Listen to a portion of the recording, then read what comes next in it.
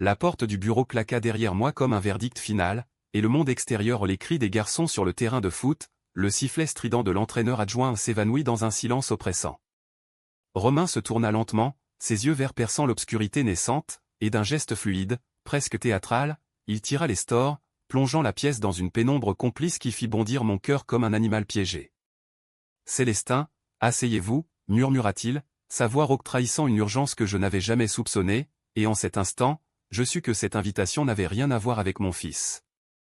Paris, ou plutôt sa banlieue verdoyante de Saint-Germain-en-Laye, n'était pas le genre d'endroit où les secrets comme le mien pouvaient éclore sans heurts. J'avais 42 ans, un appartement modeste surplombant la Seine, et un fils de 16 ans, Lucas, dont la passion pour le football était la seule lumière dans ma vie depuis que Marie m'avait quitté 3 ans plus tôt. « Tu n'es pas l'homme que j'ai épousé, Célestin » avait-elle dit un soir d'automne, les valises déjà bouclées, les yeux rougis par une vérité qu'elle avait devinée bien avant moi. J'avais nié, bien sûr nié avec la ferveur d'un homme terrifié par son propre reflet. Mais les nuits solitaires, les regards volés dans les cafés bondés, les fantasmes qui me réveillaient en sueur, tout cela murmurait une autre histoire. Une histoire gaie, enfouie sous des couches de convention et de paternité exemplaire. Lucas était mon ancre. Grand, dégingandé, avec les cheveux châtains en bataille hérités de sa mère, il excellait sur le terrain de l'AS Saint-Germain, le club local où il s'entraînait 3 fois par semaine. C'est là que j'avais rencontré Romain pour la première fois, 6 mois plus tôt, lors d'une réunion parents-équipe. Il était l'entraîneur principal, 35 ans à peine, avec un corps sculpté par des années de pratique intensive aux épaules larges, cuisses musclées moulées dans un short d'entraînement, et ce sourire carnassier qui illuminait les vestiaires comme un projecteur hollywoodien. Américain d'origine, expatrié à Paris pour un contrat avec la Fédération française de football, Romain apportait à son rôle une énergie brute, presque cinématographique, des discours motivants dignes d'un film de Rocky, des tactiques innovantes inspirées des ligues US. Les parents l'adoraient, les garçons le vénéraient. Moi, je l'évitais. Ou du moins, j'essayais. Ce soir-là, après l'entraînement, Lucas m'avait traîné jusqu'au bord du terrain. « Papa, Romain veut te parler. C'est important pour mon poste de capitaine. » Son excitation était palpable, ses joues rougies par l'effort, et j'avais hoché la tête, feignant l'indifférence. Mais en traversant le couloir carrelé menant au bureau, mes pas résonnaient comme des tambours de guerre. Pourquoi moi? Pourquoi maintenant? Romain était marié, ou du moins c'est ce que les rumeurs du club laissaient entendre, une femme élégante vue à quelques matchs, une alliance discrète à l'annulaire. Pourtant, lors de nos rares échanges, ses regards s'attardaient un peu trop longtemps sur moi, glissaient sur ma chemise ajustée comme une caresse invisible. Le bureau était un capharnaüm organisé, poster de la Coupe du Monde 98 jauni au mur, un ballon dégonflé sous le bureau, des étagères croulant sous les carnets de notes. Romain s'assit sur le coin du bureau, les bras croisés, sa chemise polo tendue sur son torse. Lucas est exceptionnel, Célestin. Vraiment. Mais il a besoin de stabilité à la maison. Vous vous semblez tendu ces derniers temps. Sa voix était douce, presque paternelle, mais ses yeux disaient autre chose, une invitation muette, un défi. Je m'assis, les mains moites sur les accoudoirs, et balbutiai une réponse banale sur le travail, les factures, la routine. Il rit doucement, un son grave qui vibra dans ma poitrine. Pas ça. Quelque chose de plus profond. Je le vois, vous savez. Chez les hommes comme nous. Les mots me frappèrent comme un uppercut. Chez les hommes comme nous. Était-ce possible? Romain, avec son charisme de leading man, son accent américain roulant les airs, comme dans un vieux film noir, avouait-il là, dans cette pièce confinée, une vérité parallèle à la mienne? Je sentis la chaleur monter à mes joues, mon pouce accéléré. Je ne sais pas de quoi vous parlez, mentis-je, mais ma voix trembla, trahissant tout. Il se leva, fit un pas vers moi, et l'air sembla se raréfier. Si, vous le savez. Depuis le premier jour, au potluck des parents.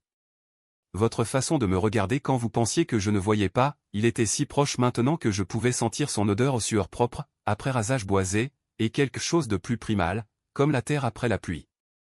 Je voulus reculer, mais mes jambes refusèrent. Au lieu de cela, je levai les yeux, et nos regards se verrouillèrent. Le temps s'étira, élastique, chargé d'électricité. Romain tendit la main, et effleura mon épaule, un geste anodin en apparence, mais qui envoya des ondes de choc à travers mon corps. Dites-moi d'arrêter, Célestin. Dites-le, et je le ferai. Sa voix était un murmure, un plaidoyer. Mais je ne dis rien. Je ne pus rien dire. Au lieu de cela, je me levai, et nos corps se frôlèrent, un contact fugace qui alluma un feu que j'avais étouffé pendant des années. Dehors, la nuit tombait sur Saint-Germain, enveloppant les terrains d'un voile de brume. Lucas attendait dans la voiture, son téléphone en main, ignorant que son père était sur le point de basculer dans un abîme de désir et de doute. Romain referma la distance, ses lèvres effleurant les miennes dans un baiser hésitant, puis vorace. C'était comme si un barrage cédait, des années de répression se déversèrent en un torrent. Ses mains sur ma taille, fermes et assurées, ma bouche répondant avec une faim que je ne me connaissais pas. Nous nous embrassâmes contre le bureau, les stores tirés comme un rideau sur notre secret, ignorant que ce moment, si pur en apparence, n'était que le prélude à une tempête. Pourtant, même dans l'euphorie, une ombre planait. Qui était vraiment Romain? Et moi, Célestin, l'homme discret, le père dévoué, allais-je survivre à cette révélation? Le baiser s'approfondit, et avec lui, les premiers murmures de trahison non pas la mienne, mais celle qui guettait dans l'ombre, prête à nous engloutir. Le lendemain matin, le soleil filtrait à travers les volets de mon appartement, projetant des lattes d'or sur le lit défait où je m'étais effondré après minuit. Lucas ronflait doucement dans sa chambre, inconscient du chaos qui bouillonnait en moi. Je fixais le plafond, les lèvres encore gonflées du baiser de la veille, le corps marqué par les empreintes invisibles de Romain. C'était arrivé si vite ou trop vite. Après ce premier contact, il m'avait plaqué contre le mur, ses mains explorant avec une urgence qui masquait une vulnérabilité profonde. J'attendais ça depuis des semaines, avait-il soufflé contre mon cou, son souffle chaud comme une promesse. Nous n'avions pas été plus loin, le risque était trop grand, avec les garçons encore dans les vestiaires. Mais ce baiser avait tout changé. Il avait fissuré le mur que j'avais érigé autour de mon cœur. Je me levai, prépai le petit déjeuner au croissant frais de la boulangerie du coin, café noir fort comme mon humeur. Lucas déboula dans la cuisine, son sac de sport à l'épaule. « Papa, t'as l'air crevé. La réunion avec Romain s'est bien passée ?» Son ton était léger, presque taquin, et je faillis m'étouffer avec mon café. « Oui, fiston. Tout va bien. Il pense que tu seras capitaine la saison prochaine. » Je souris, mais intérieurement, je hurlais. Comment pouvais-je regarder mon fils en face, sachant que j'avais embrassé l'homme qui le guidait sur le terrain? Romain n'était pas seulement un entraîneur, il était un mentor, un modèle. Et maintenant, il était mon désir incarné. Les jours suivants furent une danse délicate sur le fil du rasoir. À chaque entraînement, je me postais au bord du terrain, prétextant encourager Lucas, mais mes yeux déviaient inévitablement vers Romain. Il courait le long de la ligne de touche, sifflet en bouche, sa voix tonitruante exhortant les garçons à plus d'efforts. « Allez, Lucas! Visualise le but, comme on en a parlé, » criait-il, et son regard croisait le mien une fraction de seconde, chargé d'une complicité brûlante. Je rougissais, détournais les yeux, mais le soir, seul, je revivais ces instants en boucle.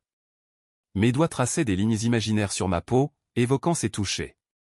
J'étais un homme nouveau, éveillé à une sensualité que j'avais niée si longtemps. Mais avec l'euphorie venait la peur, et si Lucas l'apprenait? Et si le club, cette petite bulle conservatrice de la banlieue parisienne, nous découvrait? Romain m'envoya un message le jeudi soir, discret, anodin en surface, café demain après l'entraînement.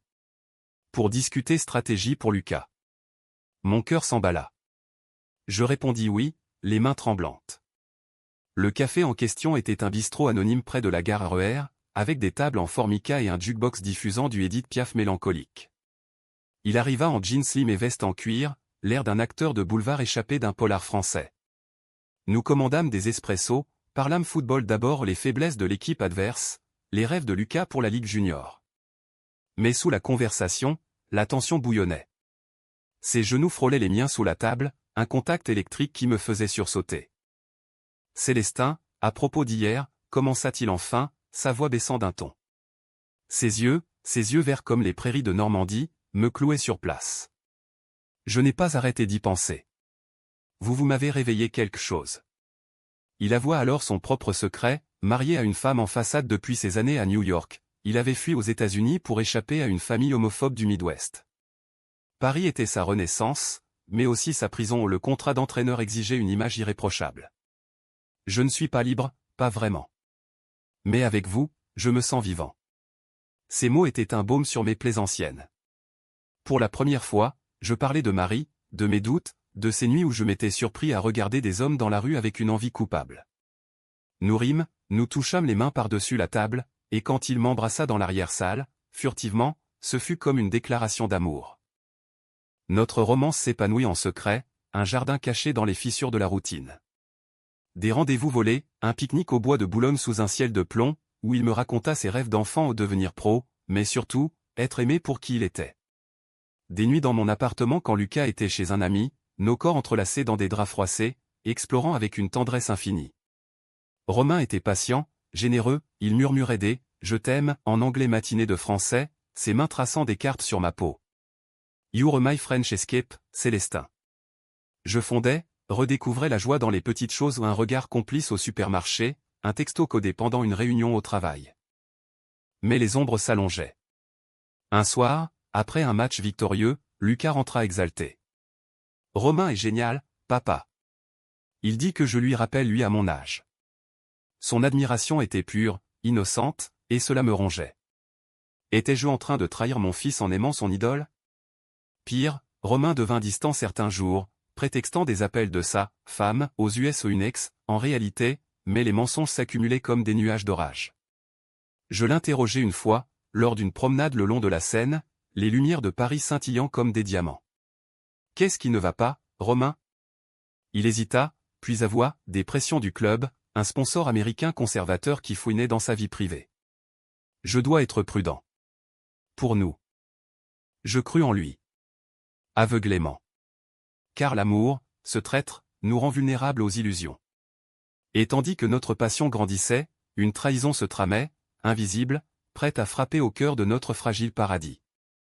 L'été arriva comme une vague de chaleur suffocante, transformant les terrains de Saint-Germain en fours ardents où l'herbe jaunissait sous les crampons. Lucas brillait plus que jamais, marquant des buts décisifs qui le propulsaient vers les sélections régionales.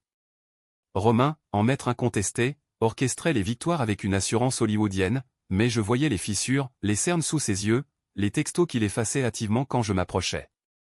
Notre amour, si intense au printemps, se muait en une danse prudente, ponctuée de moments volés qui me laissaient affamer de plus. Un soir de juillet, après une défaite frustrante contre une équipe de banlieue, Romain m'invita chez lui pour la première fois. Son appartement, dans un immeuble haussmannien près de l'Étoile, était un mélange éclectique d'Amérique et de France, poster de la MLS au mur, une bouteille de Bourbon sur l'étagère à côté d'un exemplaire corné de Madame Bovary. « Bienvenue dans mon refuge », dit-il en m'offrant un verre de vin rouge, ses doigts s'attardant sur les miens. Nous dînâmes sur le balcon aux salades niçoises et rires complices et pour un instant, je me sentis chez moi. Chez nous. Allongés sur son lit king size, nos corps fusionnèrent dans une étreinte lente, presque sacrée. Ses murmures contre mon oreille, « Tu es à moi, Célestin », effaçaient les doutes. Mais au petit matin, alors qu'il dormait encore, je fouillai son téléphone par curiosité coupable. Et là, le monde s'effondra. Des messages. Des dizaines. Adressés à un certain Alex, un co-entraîneur adjoint de 28 ans, blond et athlétique, que j'avais vu flirter avec Romain lors des briefings d'équipe. Besoin de toi ce soir. Laisse en plan, il est trop collant. Daté de la semaine précédente, quand Romain avait annulé notre rendez-vous pour un imprévu professionnel. Mon estomac se noua, une nausée acide montant à la gorge. La trahison n'était pas un soupçon, elle était gravée en pixels cruels. Je reposai le téléphone, le cœur en lambeaux, et quittai l'appartement sans un mot, les rues de Paris se brouillant sous mes larmes. Les jours suivants furent un enfer masqué. À l'entraînement, je maintenais une façade stoïque, applaudissant Lucas depuis les gradins, mais chaque vue de Romain me poignardait. Il s'approcha une fois, après la session, l'air inquiet. « Célestin? Tout va bien? Tu sembles distant. » Je le fusillai du regard, retenant les mots qui bouillonnaient, espèce de menteur. Tu joues avec moi comme avec un pion. Au lieu de cela, je marmonnai une excuse sur le travail et m'enfuis. Chez moi, les nuits étaient hantées par des flashbacks, nos baisers passionnés, ces promesses chuchotées, maintenant souillées par l'image d'Alex, ce jeune loup aux yeux bleus, prenant ma place dans ses bras. Le conflit culmina lors d'une soirée club, une barbecue arrosée de rosée sous les étoiles. Lucas, rayonnant en capitaine fraîchement nommé, me présenta fièrement à l'équipe. Romain était là, charismatique comme toujours, toastant aux victoires futures. Mais quand nos yeux se croisèrent, la tension était palpable, un fil tendu prêt à rompre. Plus tard, il m'attira à l'écart, près des grilles du terrain. « Qu'est-ce qui se passe, bon sang ? Tu me fuis. » Sa voix était un mélange de colère et de désespoir, ses mains agrippant mes avant-bras. Je le repoussai, la voix tremblante. « J'ai vu les messages, Romain. Alex. Trop collant, hein ? Tu m'as utilisé, comme un divertissement entre deux coups. » Son visage blêmit, la vérité le frappant comme un coup de pied au ventre. « Célestin, attends, ce n'était rien. Une erreur, une rechute. Alex, c'est du passé, avant toi. » Je paniquais, avec les pressions du boulot, ses excuses sonnaient creux, écho d'une lâcheté que je refusais d'excuser. Une erreur ? Tu m'as fait croire que j'étais spécial. Que nous l'étions, hurlai-je à voix basse, conscient des rires lointains de la fête. Les larmes coulaient maintenant, chaudes et amères. Romain tenta de me toucher, mais je reculai, le cœur brisé en mille éclats. Ne me touche pas. Tu as trahi plus que moi ou tu as trahi Lucas, en étant ce mentor hypocrite. Il s'effondra contre la grille, la tête basse, un homme brisé sous son armure d'entraîneur invincible. Je sais. Dieu, je sais. J'ai peur, Célestin. Peur de tout perdre. Pour un instant, la pitié m'effleura, cet Américain expatrié, luttant contre ses démons dans une ville étrangère. Mais la douleur était trop vive. Je partis, laissant Romain seul avec ses regrets, le barbecue continuant comme si de rien n'était. Le lendemain, Lucas remarqua mon humeur sombre. « Papa, c'est Romain ? » Il m'a demandé si tu allais bien. Son innocence me transperça. Comment lui dire que l'homme qu'il idolâtrait avait dévasté son père ? Au lieu de cela, je l'étreignis, promettant intérieurement de protéger notre lien à tout prix. Mais la blessure saignait encore, et le chemin vers la guérison s'annonçait semé d'épines. Romain m'envoya des messages, des apologies déchirants, des fleurs livrées à mon bureau. Je les ignorais, me replongeant dans le travail, dans la paternité. Pourtant, au fond de moi, une braise persistait, l'amour, même trahi, ne s'éteint pas si facilement. L'automne enveloppa Paris d'un manteau ocre et rouge, les feuilles tourbillonnant sur les boulevards comme des confettis mélancoliques. Lucas, absorbé par sa saison de foot, remarquait à peine mon silence, il rentrait tard, couvert de boue et de rêves de gloire. Moi, je naviguais les jours en pilote automatique, matinée au bureau d'architecte, où je dessinais des plans d'immeubles qui semblaient plus solides que mon cœur fracturé, soirée solitaire avec un verre de cognac et un roman de Proust, cherchant dans les mots un baume pour l'âme. Romain ne renonça pas. Ses messages évoluèrent des supplications aux réflexions profondes, je pense à nous au bois de Boulogne, à ta façon de rire quand je te taquinais sur ton accent parisien. J'ai merdé, Célestin. Laisse-moi me racheter. Une partie de moi voulait effacer tout, le bloquer comme on ferme une porte sur un chapitre douloureux. Mais l'autre, celle affamée d'amour vrai, se rappelait la tendresse de ses étreintes, la vulnérabilité qu'il avait montrée dans la pénombre de son bureau. Était-ce de l'amour, ou juste du désir masqué ? La question me rongeait, me tenant éveillé jusqu'à l'aube.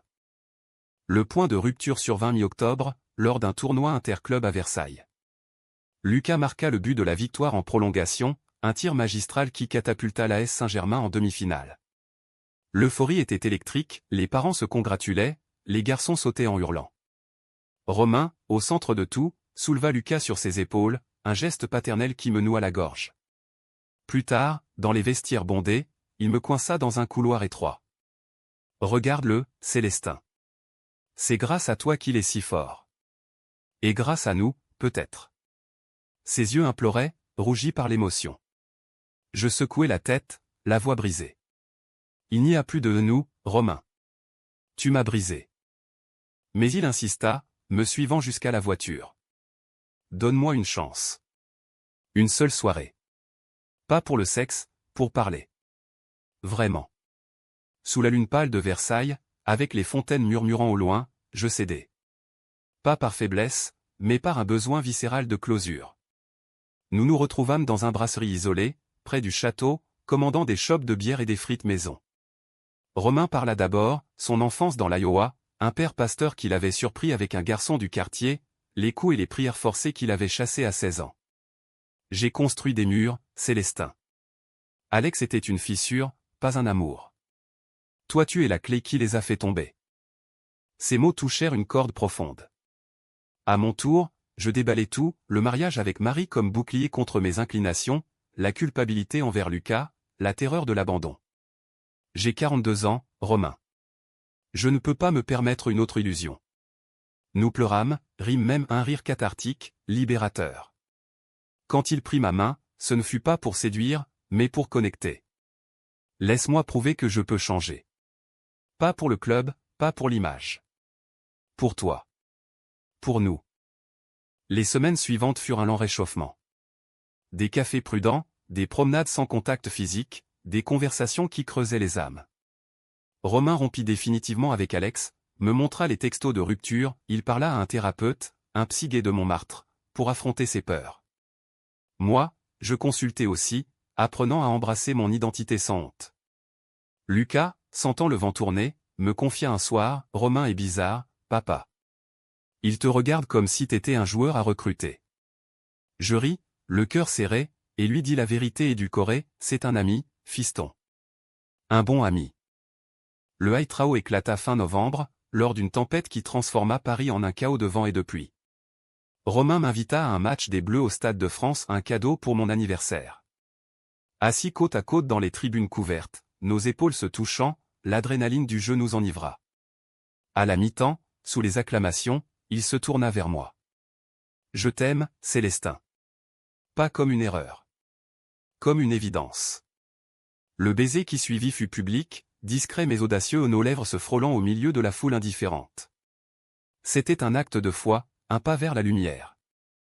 Mais la vie, cruelle scénariste, réservait encore un twist. Le lendemain, un email du club, une plainte anonyme sur la « relation inappropriée » entre l'entraîneur et un parent. Alex, bien sûr, rancunier, avait vendu la mèche. Le scandale menaçait, et avec lui, la carrière de Romain, la stabilité de Lucas. La nouvelle frappa comme un coup de tonnerre dans un ciel clair. Le président du club, un notable bedonnant de Neuilly, convoqua Romain dans son bureau directorial, le même genre de pièce que celle où tout avait commencé, mais sans la tendresse des stores baissés. Je l'attendis dehors, dans le parking balayé par le vent d'hiver, le cœur battant la chamade. Quand il émergea, pâle et déterminé, il me prit dans ses bras sans un mot. « Ils veulent ma démission. Pour conduite immorale. Mais je refuse. Pas sans me battre. » Le conflit s'amplifia en un tourbillon médiatique discret, murmure dans les couloirs du club, regard en coin des parents, un article voilé dans le journal local sur « les dérives des entraîneurs expatriés ». Lucas l'a pris par un coéquipier, rentra furieux. « C'est vrai, papa ? Toi et Romain ?» Ses yeux, si semblables aux miens, brillaient de confusion et de trahison. Je m'agenouillai, la voix chevrotante. « Oui, fiston. Je t'aime, et Romain aussi. Mais ça ne change rien à nous. » Il pleura, hurla, « Tu ruines tout. » Puis s'enferma dans sa chambre. La nuit fut un gouffre de silence, ponctué de mes sanglots étouffés. Romain, fidèle à sa promesse, affronta l'orage de front. Lors d'une assemblée d'urgence des parents, il se leva, micro en main, son accent américain roulant comme un défi. « Oui, je suis gay. Oui, j'aime Célestin. Et oui, je suis le meilleur entraîneur que Lucas ait jamais eu. Jugement pas sur l'amour, mais sur les résultats. » Le silence qui suivit fut assourdissant, puis des applaudissements sporadiques éclatèrent, pas unanimes, mais suffisants pour fissurer le mur de l'hypocrisie. Le président, pris au dépourvu, recula, pas de démission, mais une probation, avec promesse de discrétion. Pourtant, la vraie bataille se livra dans l'intimité. Lucas, après des jours de glace, craqua un soir devant un dîner improvisé aux pizzas et confessions. « J'ai peur pour toi, papa. Et pour Romain. Les gens sont cons. » Nous parlâmes jusqu'à l'aube, de mon mariage, de mes doutes, de l'amour qui transcende les normes. Romain se joignit à nous par visio, depuis son appartement, et pour la première fois, nous formâmes un trio improbable, père, fils, amants unis par la vulnérabilité. « T'es pas parfait, Romain, » grogna Lucas, un sourire en coin. « Mais t'es cool. Et t'as fait de moi un meilleur joueur. » L'hiver s'adoucit en un printemps hésitant, fleuri de réconciliation. Romain et moi emménageâmes ensemble dans un duplex près du club, un espace lumineux avec vue sur la Seine, où Lucas avait sa chambre pour les week-ends. Notre amour, jadis passionné et secret, mûri en une tendresse quotidienne, matin paresseux avec croissant et câlin, soirée à regarder des matchs US en sirotant du bourbon. Il y eut des rechutes, des disputes sur la jalousie résiduelle, des nuits où les fantômes d'Alex hantaient mes rêves. Mais chaque fois, nous choisissions le pardon, la croissance. 1 an plus tard, lors d'un match décisif sous la pluie de juin, Lucas leva le trophée de champion régional, Romain à ses côtés comme un second père. Moi, dans les gradins, je pleurais de joie pure. La trahison, le scandale, les cœurs brisés, tout cela n'était que le terreau d'une humanité plus profonde. Romain me rejoignit après, trempé et radieux, m'embrassant sans pudeur devant la foule clairsemée. On l'a fait, Célestin. Ensemble. Dans cette ville de lumière et de secrets, nous avions écrit notre propre récit, non pas hollywoodien en apparence, mais profondément humain, imparfait, résilient, amoureux. Et sous les stores tirés de notre nouveau bureau de vie, l'amour, enfin, respirait librement. Fin.